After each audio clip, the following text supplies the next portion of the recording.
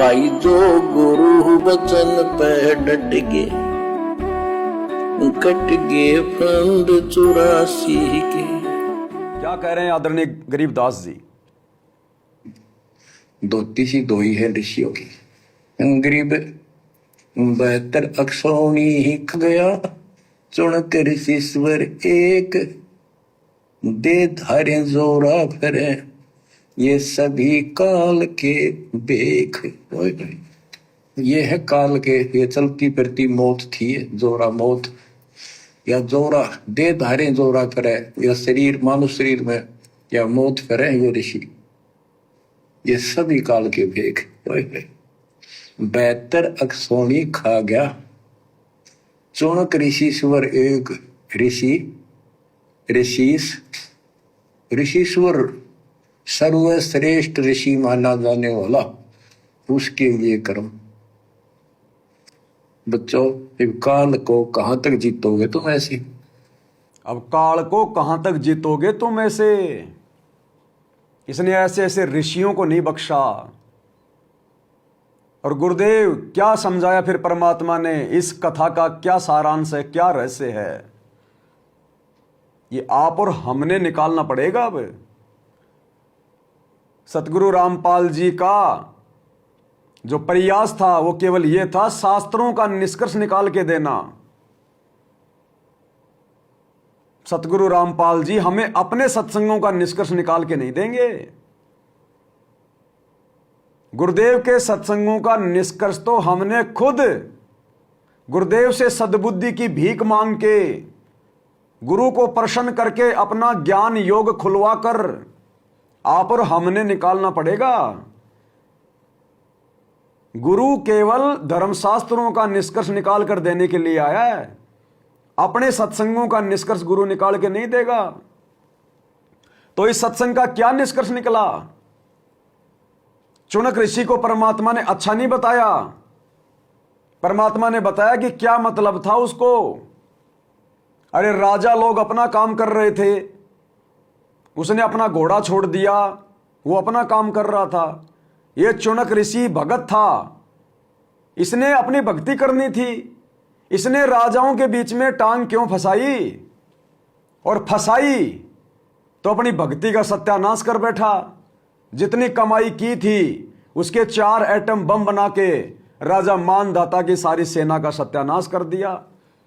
अब काल ने इसकी भक्ति का तो सत्यानाश करवा दिया, और वो जितने भी लोग मारे गए राजा मानधाता की सेना के करोड़ों की संख्या में, वो पाप कर्म काल किसने सिर पे रख दिया?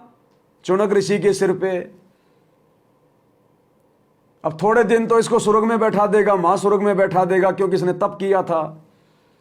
और जितने लोग इसने मारे उसके प्रतिफल में फिर इसको कुत्ता बनाएगा। ये चुनक तो बनेगा कुत्ता जो भक्ति कर रहा था, और जितने भी सैनिक मारे थे वो कीड़े बन के फिर उसके सर में पड़ेंगे और चुन चुन के अपना बदला लेंगे। तो परमात्मा ने हमें शिक्षा दी है कि भक्ति मार्ग पर भगत को अन्य लोगों की बातों में नहीं आना चाहिए, अन्य लोगों की ड्रामेबाजी को नहीं देखना चाहिए। लेकिन भैया चुनक से गलती किसने करवाई? काल ने। हमसे गलती कौन करवाएगा? काल। और करवा दी। हम भगत हैं, भक्ति कर रहे थे ना अपनी। गुरुजी ने हमें बता दिया कि भक्ति कैसे करनी है। बेटा तीनों समय की आरती करनी है, मंत्र जाप करना है, सत्संग सुनना है, ये मर्यादा निभानी है। और दुनिया से ती दोस्ती, पड़े भजन में भंग, एका एकी राम से या साधु के संग। बेटा दुनियादारी से कोई संपर्क मत करना, फालतू की यारी दोस्ती रिश्तेदारी मत निभाना, हमें गंदी राजनीति में नहीं जाना। लेकिन काल ने वही सारे कर्म करवाए। नरेंद्र मोदी की रैलियों में भक्तों को भिजवा दिया, बसों में भर भर के। अरे ये राजा अपना काम कर रहे हैं, उसको हारना है या जीतना है, लड़ना है नहीं लड़ना है, कहां रैली करेगा क्यों नहीं करेगा, वो राजा का काम था। हम भगत हैं, हमारा और राजा का 36 का आंकड़ा है। हमारी क्रियाओं में और राजाओं की क्रियाओं में 36 का आंकड़ा है। जगत का और भगत का 36 का आंकड़ा होता है। कबीर इष्ट मिले और मन मिले, मिले सकल सब रीत। कहे कबीर वहां जाइए जहां रह संतन की प्रीत। क्या नरेंद्र मोदी की कोई भी बातें हमारे से मिलती हैं? नरेंद्र मोदी का इष्ट ना जाने कौन है, वो तो कितनी जो है वो पूजा करता है। नरेंद्र मोदी का मन भक्ति में नहीं, हमारा मन भक्ति में है। इष्ट मिले और मन मिले, मिले सकल सब रीत। उस नरेंद्र मोदी की और हमारी रीति रिवाज परंपरा बिल्कुल नहीं मिलती है। वो मंदिर में जाता है, मस्जिद में जाता है, त्योहार मनाता है, राजनीति करता है, हम नहीं करते। तो गुरुजी ने तो हमें ऐसे लोगों के संपर्क में रहने से, उनकी रैलियों में जाने से मना किया है जिनके साथ हमारा मन नहीं मिलता, इष्ट नहीं मिलता, हमारे नियम नहीं मिलते। लेकिन काल ने जैसे चुनक ऋषि को ठगा, ऐसे ही काल ने गुरुजी के परिवार के माध्यम से लाखों की संगत को ठग लिया। 2019 में कांग्रेस की गोद में बैठा के, 2024 में बीजेपी की गोद में बैठा के, नरेंद्र मोदी की रैलियों में भक्तों को बसों में बैठा के, गर्मी में उड़ती हुई धूल मिट्टी के समय धूल फुकवा के, इस प्रकार ठगता ये काल। अरे गुरु और कैसे समझाएगा, सीना फाड़ के बताएगा क्या? फिर ये 30 साल से अनमोल ज्ञान देने का क्या मतलब, अगर हमने ज्ञान के अनुसार चलना ही नहीं है तो। इसलिए परमात्मा सत्संगों में रोता है कि ये संसार विघन की घाटी, कोई निकलेगा बिरला सूर, कि इस काल का षड्यंत्र बहुत भयंकर है। तो भाई और बहनों, इस षड्यंत्र से यदि कोई बच पाया है तो केवल सत्सेवक भाई बहन बच पाए। और अभी भी मौका है, अभी भी कुछ मौका है। जब तक गुरुदेव हिसार जेल से बाहर नहीं आ जाते, क्योंकि परीक्षा चल रही है, और परीक्षा के समय में मान लो बच्चे ने कोई गलत आंसर लिख दिया और अभी वो पेपर छूटने में आधी घंटा बाकी है और बच्चे को पता चल गया कि तूने तो गलत उत्तर लिख दिया, और यदि उसको सही उत्तर का पता चल जाए और यदि उसने उस गलत उत्तर को काट के और यदि सही उत्तर लिख दिया तो भी वो नंबर प्राप्त कर लेगा। लेकिन एक बार यदि परीक्षा का समय खराब हो गया, समाप्त हो गया, टीचर ने आंसर शीट अपने हाथ में ले ली, उसके बाद मेरे भाई अगर आपको सही गलत का भी पता चल गया, और चलता है बच्चों को, परीक्षा से बाहर निकलने के बाद बच्चे आपस में चर्चा करते हैं, तूने वो 5 नंबर का क्या उत्तर लिखा, 6 नंबर का क्या लिखा, वो बोलेगा मैंने ये लिखा, वो बोलेगा अरे मेरे से गलती हो गई। उसके बाद उसको सही उत्तर का भी मालूम हो गया अपने साथी से, लेकिन उसके बाद उसके हाथ में कुछ नहीं है। तो इसीलिए दास बारंबार कहता है कि एक बार गुरुजी के हिसार जेल से बाहर आने के बाद आप चाहे कितना ही साथ संगति से जुड़ जाना, कितना ही आपको सच्चाई का पता चल जाए भाई, उसके बाद आप जी इस जन्म में सतलोक जाने के काबिल नहीं रहोगे। तो जब तक गुरुजी जेल से बाहर नहीं आते हैं, आप भाई बहनों के पास में मौका है साथ संगति की वीडियो देख के जो जो आपने तमाम गलतियां की हैं पहाड़ जैसी, और अपने गुरु को नाराज किया है, गुरुजी के परिवार के चक्कर में आके, उनके विश्वास में आके, अपने घर पर नाक रगड़ के गुरुजी से समायाचना कर लो। और आगे से जब तक गुरुजी नहीं आते हैं, शौपन में भी गुरुजी के और उन फर्जी आश्रमों के दर्शन करने की मत सोचना, और घर बैठ के साथ संगति की वीडियो सुनो, ज्ञान को आधार बनाओ। तब भाई और बहनों हम इस जन्म में सतलोक का दरवाजा देख पाएंगे। ये कोई मजाक थोड़ी चल रहा है, कोई बच्चों का काम थोड़ी है। सतगुरु ने सतलोक में कोई बिस्किट बनाने की फैक्ट्री थोड़ी खोल रही है, जो लेबर की जरूरत है, जो सतगुरु यहां पर खाली लेबर लेने आया है।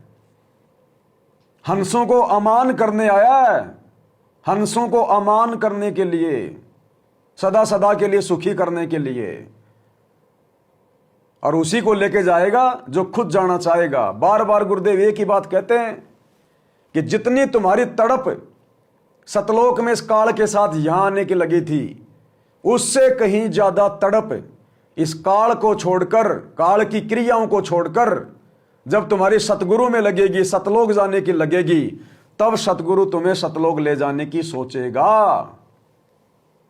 तो अभी तक तो काल में सारी क्रियाएं लगी हुई हैं। राजनीति क्या, काल व्यवस्था है, और तुम राजनेताओं के दल्ले बन के घूम रहे हो, राजनेताओं के पीछे उनकी रैलियों में धक्के खा रहे हो, राजनेताओं का सपोर्ट कर रहे हो तुम। तो अभी तो तुम काल की हद में हो, अभी तुम्हारी सतलोक में सुरती नहीं लगी। अरे सतलोक में तो सुरती उस समय लगेगी जब गुरुजी के अलावा कुछ दिखाई नहीं देगा। बंदी छोड़ दयाल जी तुम लग हमारी दौड़, और जैसे काग जहाज का सूजत और न ठोर। फिर वो कौवा वापस उसी जहाज पे आके बैठता है जब समुद्र में जहाज के अलावा उसको पानी के अलावा कुछ भी दिखाई नहीं देता, कि अगर मैं और कहीं बैठ गया तो डूब के मरूंगा। वापस उसी जहाज पे आके बैठता है। लेकिन अभी तो भक्तों को अपने गुरुजी के अलावा राजनीति दिखाई दे रही है, समाज दिखाई दे रहा है, आरक्षणबाजी दिखाई दे रही है, दुनिया को खुश करने के लिए स्टेडियम बनाने, हॉस्पिटल बनाने, जाट आरक्षण में जाके बैठना, अपने जाट भाई दिखाई दे रहे हैं। अभी तो संगत को गुंडे दिखाई दे रहे हैं, गुंडों की सीबीआई जांच का समर्थन कर रही है,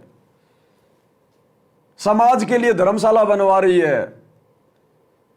अभी ना तो गुरुजी के परिवार को गुरुजी दिखाई दे रहे और ना गुरुजी के परिवार के पीछे सतलोक आश्रमों से जुड़ी हुई नादान संगत को गुरुजी दिखाई दे रहे। अभी तो इनको काल व्यवस्था में ही अपना समय बिताना है, भाईचारा निभाना है। कुलकर्णी के कारण है हंसा गया भिगोए। अरे फिर यो जाट समाज के करेगा जब तू चार पाया का गधा बन के डोले? फिर ये भाईचारा तेरे कहां काम आएगा, जिस भाईचारे के लिए आज तू भक्तों का दान का पैसा बर्बाद कर रहा है, धर्मशालाएं बनवा रहा है, स्टेडियम बनवा रहा है, भंडारे लगा रहा है गौशालाओं में। जब गधा बन के घूमेगा तब ये भाईचारा तेरे काम नहीं आएगा। तो सत्सेवकों पे परमात्मा ने दया बख्शी है और अजब गजब की दया बख्शी है। और इस सतगुरु की दया को यदि सत्सेवकों ने भी हल्के में ले लिया तो भाई और बहनों, ये परमात्मा किसी का सगा नहीं है, कर्म की सजा यही देता है सबको। काल तो केवल नौकर है, नौकर। अरे पुलिस वाले पिटाई करते हैं ना, लेकिन वो कब करते हैं और किसके करते हैं? जब जज उसको आदेश देता है। सजा कब होती है? जब जज आदेश देता है। तो ये पुलिस वाले तो नौकर हैं, तो ये काल ये तो नौकर है। ये कर्मों का हिसाब किताब धर्मराज को परमात्मा लिख के देता है, किसकी कितनी पिटाई करनी है, कौन कितने दिन नरक में रहेगा, कौन कितने दिन गधा कुत्ता सुअर बनेगा, किसको मनुष्य जन्म मिलेगा। तो वही परमात्मा आज हमारे गुरुजी के रूप में है। अभी आंखों के ऊपर जाड़ा फिरा हुआ तुम्हारे, तुम्हें दिखाई नहीं दे रहा। और ये पक्षपात नहीं करता बिल्कुल भी। अगर धर्मराज भी पक्षपात कर दे तो उसको भी सजा देता है ये परमात्मा। फिर ये आज कैसे पक्षपात कर देगा? जो जैसी भक्ति करेगा वैसा ही मिलेगा। जिन हरि जैसा सुमरिया ताको तैसा लाभ, ओषा प्यास न भाग ही जब लग दसे न आब। तो अभी तक तो जो तुम गलतियां कर रहे हो ना हल्के में लेके गुरु को, अभी आने वाले समय में जो फसल तुमने बोई है भक्ति मार्ग पर, जब काटने का समय आएगा तब पता चलेगा गुरुजी कौन है। तब पता चलेगा कि अपने सम्मन जैसे भगत के लिए 3 कोरड़े खाने वाला भी यही सतगुरु रामपाल जी है, और अपने प्रहलाद जैसे भगत के लिए हिरणाकुश की छाती फाड़ने वाला भी यही सतगुरु रामपाल जी भगवान है। तो आने वाले समय में जब विनाशकारी समय आएगा, युग परिवर्तन का दौर, आज मर्यादा में रहकर गुरु को इष्ट मानकर भक्ति करने वाले सत भक्तों के लिए परमात्मा काल के कोरड़े खाएगा, आप और हमें बचाएगा काल के कहर से। और आज जिस प्रकार से आश्रम से जुड़े भाई बहन बात बात पे मर्यादा तोड़ रहे हैं, तो भाई हिरणाकुश की तरह जब काल छाती फाड़ेगा ये परमात्मा कुछ नहीं करेगा। विचार कर लेना इन बातों पे। ये कोई मजाक नहीं चल रहा, कोई बॉलीवुड की मूवी नहीं चल रही है। भाई जो गुरु बचन पे डट गए,